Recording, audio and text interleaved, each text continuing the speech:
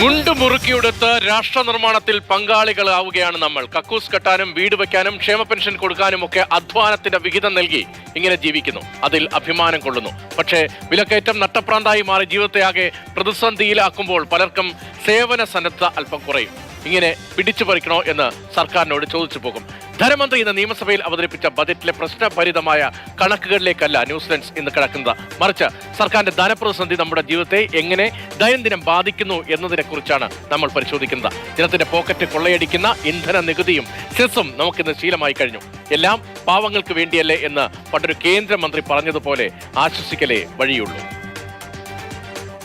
വണ്ടിയുള്ള ആൾ ഏതായാലും പട്ടിണി കിടക്കുന്ന ആളല്ല. ഇന്ത്യയിലെ 30% ആൾക്കാരും പട്ടിണി കിടക്കുന്ന ആളാണ്. ഒരു നേരം പോലും പ്രശ്നമില്ലാത്ത ആളാണ്. അപ്പോൾ മോദി സർക്കാരിൻ്റെ ഏറ്റവും ഊന്നൽ കൊടുത്തിരിക്കുന്നത് ഈ പട്ടിണി കിടക്കുന്ന ഏറ്റവും പാവപ്പെട്ടവരെ അവരുടെ ഉന്നമനത്തിന് വേണ്ടി പ്രവർത്തിക്കാൻ വേണ്ടി. അതിന് ലക്ഷക്കണക്കിന് കോടി രൂപ വേണം.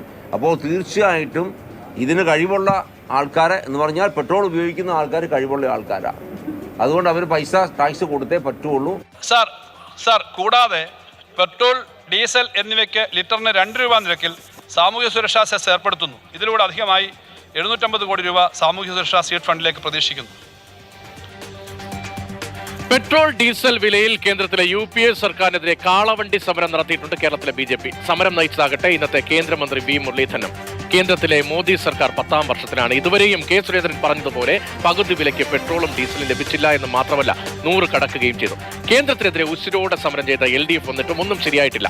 ഇന്ധനത്തിന് ലിറ്ററിന് 2 രൂപ കൂട്ടി കൊള്ളയ്ക്ക് കൂട്ടുനിൽക്കുകയും ചെയ്തു. പെൻഷൻ കൊടുക്കാനെന്ന് പറഞ്ഞിട്ട് അതിനൊട്ട് തികയുന്നുമില്ല. ഈ ബജറ്റ് പ്രസംഗത്തിന് മുൻപ് ഞങ്ങൾ വളരെ പ്രതീക്ഷയോടെ ചർച്ച ചെയ്തൊരു വാർത്താ ചർച്ചയിലേക്ക്. ഇത് പെട്രോൾ പമ്പാണോ? അല്ല. അല്ലേ? അല്ല, എണ്ണ അടിക്കുന്ന സ്ഥലം മാത്രമല്ല. അത് ശരിയാണ്. ബയോം ബഹനവും ഇത് എണ്ണ അടിക്കുന്ന സ്ഥലം മാത്രമല്ല, കേന്ദ്ര സർക്കാരിന് കക്കൂസ് നിർമ്മാണത്തിന് ഫണ്ട് കൊടുക്കുന്ന സ്ഥലം കൂടിയാണ്. അത് മാത്രമല്ല പ്യാര ദേശവാസിയോ, ലിറ്ററിന് 2 രൂപ വീതം സംസ്ഥാന സർക്കാരിന് ക്ഷേമ പെൻഷനായി നാട്ടുകാർ സംഭാവന ചെയ്യുന്ന സ്ഥലം കൂടിയാണ്. ദോ വന്ന് 2 രൂപ, ദാ കിട്ടി 10 രൂപ, ദാ വന്ന് 2 രൂപ. എന്തുവാണ് ഇവിടെ പരിപാടി? പെട്രോൾ അടിക്കുന്നവരുടെ കണക്കെടുക്ക? വെറുതെ പെട്രോൾ അടിക്കുന്നവരെന്നൊക്കെ പറഞ്ഞ് ചെറുതാക്കാതെ ചേട്ടാ. രാഷ്ട്രസേവനം ഇവിടെ നടക്കുന്നേ തന്നെ. എടേ, ശൗചാലയ നിർമ്മാണം, അതോടൊപ്പം തന്നെ സീഡ് ഫണ്ട്, എന്തിന്? ക്ഷേമ പെൻഷൻ കൊടുക്കാൻ. ഇതൊക്കെ കൊടുക്കുന്നത് ചെറിയ കാര്യമാണോ? കഴിഞ്ഞ സംസ്ഥാന ബജറ്റില് നമ്മുടെ ധനമന്ത്രി നമുക്കെല്ലാം ഒരു സമ്മാനം തന്നില്ലേ? എന്തിനാണെന്ന് ഓർത്തെ? പെട്രോൾ, ഡീസൽ എന്നിവയ്ക്ക് ലിറ്ററിന് 2 രൂപ നിരക്കിൽ സാമൂഹ്യ സുരക്ഷാ സെസ് ഏർപ്പെടുത്തുന്നു. ഇതിലൂടെ അധികമായി 750 കോടി രൂപ സാമൂഹ്യ സുരക്ഷാ സീഡ് ഫണ്ടിലേക്ക് പ്രതീക്ഷിക്കുന്നു. അടിപൊളി. എന്തായാലും രാവിലെ 500 രൂപയ്ക്ക് പെട്രോൾ അടിച്ച് ഞാൻ പെൻഷൻ കാശ് കൊടുത്തിട്ടുണ്ട്. രാഷ്ട്രസേവനം. അതിനിടെ ഞാൻ ആലോചിക്കുന്നേ, ഈ ഏപ്രിൽ മാസം മുതൽ 2 രൂപ സീഡ് പെൻഷൻ കൊടുത്തിട്ട് നമ്മൾ 700 കോടി കൊടുത്തു. എന്നിട്ടും എന്താണ് ഇവർ ഈ പെൻഷൻ കാശ് കൊടുക്കാത്തത്? കക്കൂസ് നിർമ്മാണ സിദ്ധാന്തം പോലെയല്ലേ ഇത്? എത്ര കിട്ടിയാലും മതിയാവൂല. ഇപ്പോ ധനമന്ത്രി പറയുന്നത് എന്താ അറിയോ? ഈ 2 രൂപ സെസ് കൊടുത്താലും ക്ഷേമ പെൻഷൻ കൊടുക്കാൻ വേണ്ടിയുള്ള തുക തികയില്ലെന്ന്. ഒരു 750 കോടിയേ കിട്ടുന്നുള്ളേ. ക്ഷേമ പെൻഷൻ കൊടുക്കാൻ മാസം 900 കോടി രൂപ വേണം. എന്നാ പറച്ചിലോ എല്ലാം ശരിയാക്കും. ചുരുക്കത്തിൽ പറഞ്ഞ പെട്രോളിനും ഡീസലിന് 2 രൂപ കൂട്ടിയിട്ട് പെൻഷൻ കൊടുക്കാനും പറ്റിയില്ല. പിന്നെ സംസ്ഥാന സർക്കാർ എണ്ണ വില കൂട്ടിയെന്ന നാണക്കേടുമില്ല. അതായത് ഒരിക്കലും നിർമ്മിച്ചു തീരാത്ത ശൗചാലയങ്ങൾ, ഒരിക്കലും കൊടുത്തു തീരാത്ത ക്ഷേമ പെൻഷൻ, എങ്കിലും പെട്രോൾ അടിക്കുമ്പോഴും അല്ലാത്തപ്പോഴും എല്ലാം ഇങ്ങനെ 2 രൂപ വീതം നികുതി കൊടുക്കാനായിട്ട് നമ്മുടെയൊക്കെ ജീവിതം പിന്നെയും ബാക്കി. വലിയ ഗുണമൊന്നും കിട്ടുന്നില്ല എങ്കിലും ഇന്നത്തെ ബജറ്റിലും ഈ ഇന്ധന സെസ് പിൻവലിച്ചിട്ടില്ല. കോഴിക്കോട്ടെ പെട്രോൾ വില ഇന്ന് 108 രൂപയ്ക്ക് മുകളിലാണ്. ഡീസലിന് 97 രൂപ 24 പൈസയും. തൊട്ടടുത്ത കേന്ദ്രഭരണ പ്രദേശമായ മാഹിയിൽ പെട്രോളിന് 93 രൂപ 80 പൈസയും ഡീസലിന് 83 രൂപ 72 പൈസയുമാണ്. അതായത് പെട്രോളിന് ലിറ്ററിന് 11 രൂപയോളം കുറവ്. ഡീസലിന് 10 രൂപയും മാഹിയിൽ കുറവാണ്. പണ്ട് മാഹിയിൽ വില കുറവാണെന്നൊക്കെ വാദിക്കാമെങ്കിലും 2 രൂപ സെസ് കൂടി വന്നതോടെ പ്രത്യേകിച്ച് രാത്രി കാലങ്ങളിൽ മാഹിയിലെ പമ്പുകളെല്ലാം നിറഞ്ഞ് കവിയുകയാണ്. മാഹിയിൽ മാത്രമല്ല, കർണാടകത്തിന്റെയും കേരളത്തിന്റെയും എല്ലാം അതിർത്തിക്കപ്പുറത്ത് വെച്ച് തന്നെ വാഹന ടാങ്കുകൾ നിറയ്ക്കുന്നതിനാൽ വൻ നികുതി ചോർച്ചയും നമ്മുടെ സംസ്ഥാനത്ത് ഉണ്ടാകുന്നുണ്ട്.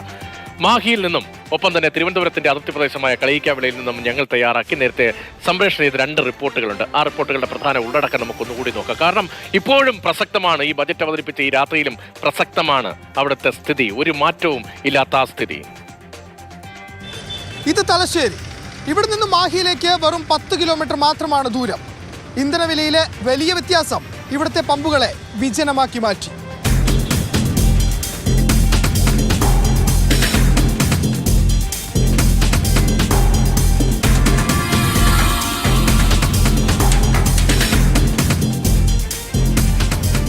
തലശ്ശേരി നഗരത്തിലെ 3 പമ്പുകളുടെ അവസ്ഥയാണിത്. പ്രതിദിനം 2000 ലിറ്റർ വരെ ഡീസൽ വിറ്റിരുന്നിടത്ത് 400 ലിറ്ററായി കുത്തനെ ഇടിഞ്ഞു. പെട്രോൾ പമ്പുകളുടെ നഷ്ടം ഇരട്ടിയിലധികമായി. പ്രദേശത്തെ ഭൂരിഭാഗം പേരും ഇപ്പോൾ മാഹിയാണ് ആശ്രയിക്കുന്നത്. ഞങ്ങളുടെ അവസ്ഥ വളരെ മോശം, പരിതാപകരം തന്നെ ഞാൻ പറയാം. ശൂന്യമായി കിടക്കുന്ന പമ്പുകളാണ് തലശ്ശേരിയിലേതെങ്കിൽ മാഹിയിലെ കാഴ്ച മറ്റൊന്നാണ്. നിയന്ത്രിക്കാൻ പോലും ആകാത്തത്ര വലിയ തിരക്കാണ് മിക്ക പമ്പുകളിലും. മദ്യം മാത്രമല്ല, ഇന്ധനവും മാഹിയിൽ നിന്നും കേരളത്തിലേക്ക് കടത്താറുണ്ട്.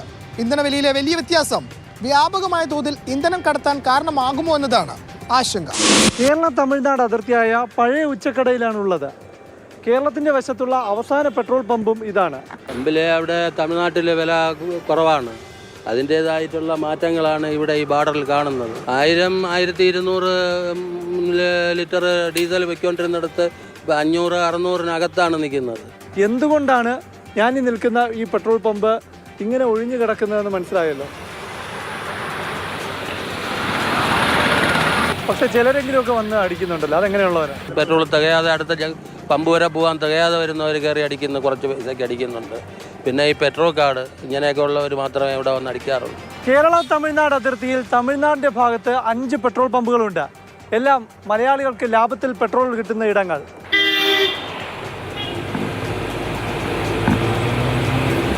വണ്ടിയിലും അടിച്ചു, പെട്രോളും വാങ്ങുകയും ചെയ്തു. ഡീസൽ അതുപോലെ ഇവിടെയും വില കുറവ്. ബോർഡറിലല്ല താമസം, നെയ്യാറ്റിൻകരയാണ്. ഇവിടുന്ന് 18 കിലോമീറ്റർ ഉണ്ട്. ഇത്തരത്തിൽ ധാരാളം പേരുണ്ട്. അതിലൊരാളാണ് സുരേഷ് കുമാർ. അതിർത്തിയിലുള്ള തമിഴ്നാട്ടിലെ പെട്രോൾ പമ്പിലാണുള്ളത്. ഇവിടെ വരുന്ന വാഹനങ്ങളാകട്ടെ മിക്കതും KL രജിസ്ട്രേഷനും. ഇതുമായിട്ട് തമിഴ്നാട്ടിൽ നിന്നാണ് ഇല്ല ടാക്സ് കുറവേണ്ട. നമ്മൾ ഇപ്പോൾ കേരളത്തും തമിഴ്നാട്ടിലൊക്കെ ഓടുന്നത് കൊണ്ട് നമ്മൾ കേരളത്തിൽ നിന്ന് അടിക്കാറില്ല. ഈ വില കൂടിയോണ്ട് തമിഴ്നാട്ടിൽ നിന്ന് മാത്രമേ അടിക്കാറുള്ളൂ. മലയാളിയുമാണ്. സ്റ്റാലിന് വില കുറച്ച്, കേരളത്തിൽ വില കൂടി. ക്ഷേമ പെൻഷൻ നൽകാൻ ഒരു മാസം 900 കോടി രൂപ വേണം. എന്നാൽ ഇന്ധന സെസിന്റെ പേരിൽ പൊതുജനത്തെ പിഴിഞ്ഞിട്ടും വർഷം കിട്ടുന്നത് 750 കോടിയോളം രൂപ മാത്രമാണ്. നമ്മുടെ സംസ്ഥാനം വിട്ട് ഇന്ധനം നിറയ്ക്കുന്ന വലിയ വാഹനങ്ങളുടെ എണ്ണം കൂടി പരിഗണിക്കുമ്പോൾ തീരുമാനം കൊണ്ട് യഥാർത്ഥത്തിൽ ഗുണമുണ്ടായോ എന്ന് പരിശോധിക്കണം. സെസ് ന്യായമായും പിൻവലിച്ച് ജനങ്ങൾക്ക് ആശ്വാസമേകും ധനമന്ത്രി എന്ന് കരുതിയവർക്കാണ് ഇന്ന് തെറ്റിയത്. മദ്യത്തിന്റെ വൻ നികുതി സർക്കാരിന് വലിയ ആശ്വാസമാണ് എന്ന് നമുക്ക് എല്ലാവർക്കും അറിയാം. ഇന്ന് നേരിട്ട് നികുതി കൂട്ടിയിട്ടില്ല എങ്കിലും ഗാലനേജ് ഫീസ് വർദ്ധിപ്പിച്ചു. ലിറ്ററിന് 10 രൂപയുടേതാണ് വർധന. ഇത്തവണ സംസ്ഥാന ബജറ്റിൽ മദ്യത്തിന് ഗാലനേജ് ഫീസ് ഏർപ്പെടുത്തി. വിഭവ സമാഹരണത്തിന്റെ ഭാഗമായിട്ടാണ് ഗാലനേജ് ഫീസ് ഏർപ്പെടുത്തിയത്. മദ്യത്തിന് ലിറ്ററിന് 10 രൂപ നിരക്കിലാണ് ഗാലനേജ് ഫീസ് ഏർപ്പെടുത്തിയിരിക്കുന്നത്. ഈ വർധന പക്ഷേ മദ്യവിലയെ ബാധിക്കില്ല. അതായത് കടയിൽ പോയി മദ്യം വാങ്ങിക്കുന്ന ഒരാൾക്ക് ഈ ഫീസിന്റെ ഭാഗമായിട്ട് മദ്യവിലയിൽ വർധനയൊന്നും ഉണ്ടാകില്ല എന്നർത്ഥം.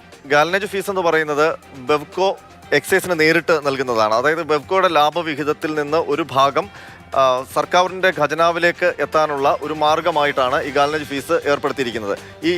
ഇതുവഴി ഏതാണ്ട് 200 കോടി അധികം സമാഹരിക്കാൻ കഴിയുമെന്നാണ് ബജറ്റിൽ ധനമന്ത്രി പറഞ്ഞിരിക്കുന്നത്. നിലവിൽ ബെവ്കോ 5 പൈസയാണ് ഗാലനേജ് ഫീസായിട്ട് സർക്കാരിന് നൽകുന്നത്. ഇനി മുതൽ 10 രൂപ നിരക്ക്, ലിറ്ററിന് 10 രൂപ നിരക്ക് ഏർപ്പെടുത്തുമ്പോൾ ഒരു കേസിന് 90 രൂപയാകും. 90 ലിറ്ററാണ് ഒരു കേസ് മദ്യം. അപ്പോൾ 90 രൂപ ഒരു കേസിന് ബെവ്കോ എക്സൈസിന് ഈ തീരുവയായി നൽകേണ്ടി വരും. എന്തായാലും ഈ ഗാലനേജ് ഫീ എന്ന് പറയുന്നത് ഒരിക്കലും കസ്റ്റമറിലേക്ക് പാസ് ഓൺ ചെയ്യുന്നതല്ല.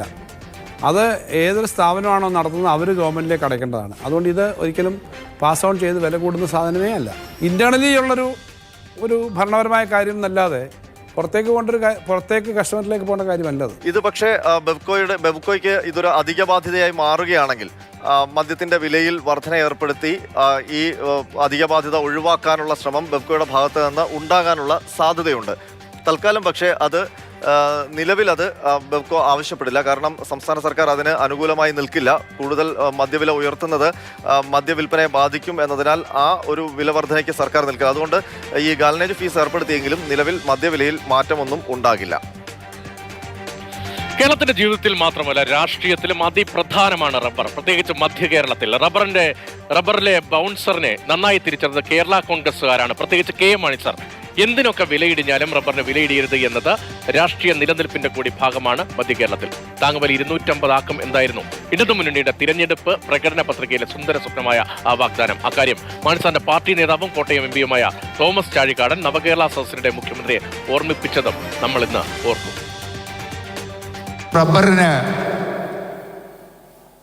150 രൂപയിൽ നിന്ന് 170 രൂപയിലേക്ക് അതിൻ്റെ അടിസ്ഥാന വില വർദ്ധിപ്പിച്ചുകൊണ്ട്, താങ്ങുവില വർദ്ധിപ്പിച്ചുകൊണ്ട് തീരുമാനമെടുത്തത് ഈ ഗവൺമെൻറ്റാണ്. ബഹുമാനമായ മുഖ്യമന്ത്രിയോട് ഞങ്ങൾ നന്ദി പറയുന്നു. ഞങ്ങളുടെ ആവശ്യം അത് 250 അല്ലെങ്കിൽ 200 ആക്കുക എന്നതാണ്. എങ്കിൽ പോലും ബഹുമാനായ KM മാണി സാറ് ആരംഭിച്ച വിലസ്ഥിത ഫണ്ട് 150 നിന്ന് 1 കിലോയ്ക്ക് 170 ആക്കിയത് ബഹുമാനായ മുഖ്യമന്ത്രി പിണറായി വിജയനാണ്. നമ്മുടെ നാട് എവിടെ എത്തി നിൽക്കുന്നു, ഇനി മുന്നോട്ട് എന്തൊക്കെ ചെയ്യാനുണ്ട്, സർക്കാർ ചെയ്യാൻ ഉദ്ദേശിക്കുന്ന കാര്യങ്ങൾ എന്താണ്, അതുകൂടി ഇവിടെ അവതരിപ്പിക്കേണ്ടതായിട്ടുണ്ട്.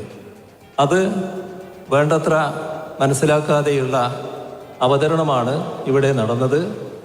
ബഹുമാനപ്പെട്ട ചാഴിക്കാടനും അത് വേണ്ടത്ര ഉൾക്കൊണ്ടതായി ഞാൻ കരുതുന്നില്ല. മുഖ്യമന്ത്രിക്ക് അന്നത് ഇഷ്ടപ്പെട്ടില്ല എങ്കിലും റബ്ബറിനെ പരിഗണിക്കാതിരിക്കാൻ കഴിയാത്ത സ്ഥിതിയായിരുന്നു ബജറ്റിൽ. ലോക്സഭാ തെരഞ്ഞെടുപ്പ് അടുത്തിരിക്കുകയാണ്. അങ്ങനെ താങ്ങുവില 180 ആക്കി ഉയർത്തി. സർ, റബ്ബർ കർഷകർ നേരിടുന്ന പ്രതിസന്ധി പരിഹരിക്കാൻ ഇടപെടുന്ന ഏക ഗവൺമെൻറ് കേരളത്തിലേതാണ്. കേന്ദ്രം ഇറക്കുമതി വർദ്ധിപ്പിച്ച് വൻകിട റബ്ബർ വ്യവസായികളെ സംരക്ഷിക്കുന്ന നയമാണ് സ്വീകരിച്ചു വരുന്നത്.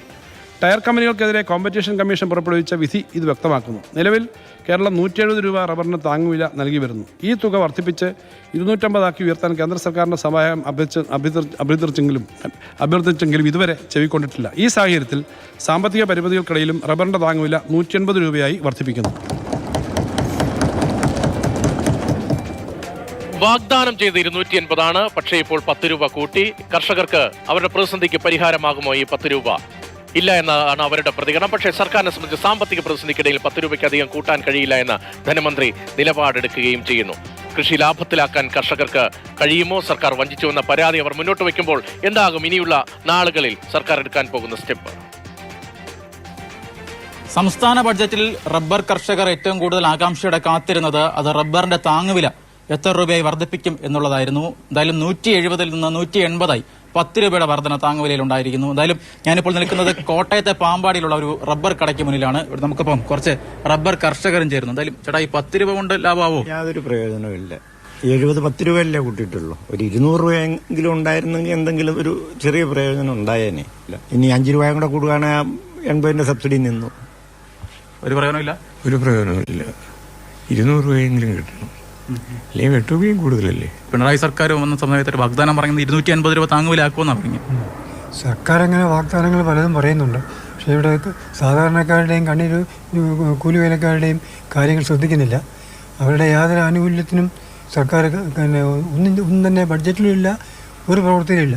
കുറഞ്ഞത് ഒരു 200 രൂപയെങ്കിലും നമുക്ക് ലഭ്യമായെങ്കിൽ മാത്രമേ ഈ റബ്ബർ കൃഷി കൊണ്ട് കർഷകർക്ക് മുന്നോട്ട് പോകാൻ പറ്റുള്ളൂ. ഇല്ലെങ്കിൽ മറ്റ് കൃഷിയിലേക്കോ വേറെ കാര്യങ്ങളിലേക്കോ കർഷകർക്ക് പോകേണ്ട ഒരു ദുരവസ്ഥയാണ് ഇപ്പോൾ ഉള്ളതെന്നാണ് പറയാനുള്ളത്. സംസ്ഥാന ബഡ്ജറ്റിലൂടെ കേരളത്തിലെ റബ്ബർ കർഷകരെ സംസ്ഥാന സർക്കാർ വഞ്ചിച്ചിരിക്കുകയാണ്. ഇന്നത്തെ സാഹചര്യത്തിൽ 250 രൂപയെങ്കിലും കിട്ടിയാൽ മാത്രമേ ഈ മേഖലയിൽ പിടിച്ചു നിൽക്കാൻ പറ്റുകയുണ്ടായിരുന്നുള്ളൂ. ഈ റബ്ബറിൻ്റെ അടിസ്ഥാന പ്രശ്നം എന്താ? വിലസ്ഥിരതയില്ല. ഇപ്പോൾ ഒരു താൽക്കാലിക വില വർധനമുണ്ട്. നമ്മൾ മഴക്കാലമാകുമ്പോൾ വെട്ട് തുടങ്ങുമ്പോഴത്തേനും ആ വില വീണ്ടും താഴോട്ട് പോവുകയാണ്. ഈ ഗവൺമെന്റിന്റെ ഈ നടപടി വരും കാലങ്ങളിൽ കേരളത്തിലെ റബ്ബർ കർഷകർ ശക്തമായ തിരിച്ചടി നൽകും. കേവലം 10 രൂപ കൂട്ടിയത് കൊണ്ട് ഈ കർഷകർ റബ്ബർ മേഖലയിൽ ഉണ്ടാകുന്ന നിലവിലെ പ്രതിസന്ധിക്ക് പരിഹാരമാകുന്നില്ല. കുറഞ്ഞത് 210 രൂപയെങ്കിലും ആക്കിയാൽ മാത്രമേ നിലവിലെ പ്രശ്നത്തിന് പരിഹാരമാകൂ എന്നാണ് ഈ കർഷകരെല്ലാം നമ്മോട് പറഞ്ഞിരിക്കുന്നത്. കോട്ടയത്ത് നിന്ന് Shinoj S T, Mathrubhumi news. Rubber രാഷ്ട്രീയം കോട്ടയത്താണെങ്കിൽ തൃശൂർ ലേശുക എന്താവും? ഒരു പിടിയുണ്ട് ബജറ്റിലെ പ്രഖ്യാപനങ്ങൾ തൃശ്ശൂരുമായി ബന്ധപ്പെട്ട്. അതിൽ പ്രധാനം ശക്തൻ സ്റ്റാൻഡിന്റെ നവീകരണമാണ്. ലോക്സഭാ തെരഞ്ഞെടുപ്പ് അടുത്തിരിക്കെ ത്രികോണ മത്സരം നടക്കുന്ന തൃശ്ശൂരിനുണ്ട് പ്രത്യേകമായൊരു പരിഗണന. തൃശൂർ ശക്തൻ തമ്പുരാൻ ബസ് സ്റ്റാൻഡ് വികസനത്തിനായി 10 കോടി രൂപ കൂടി വകയിരുത്തുന്നു.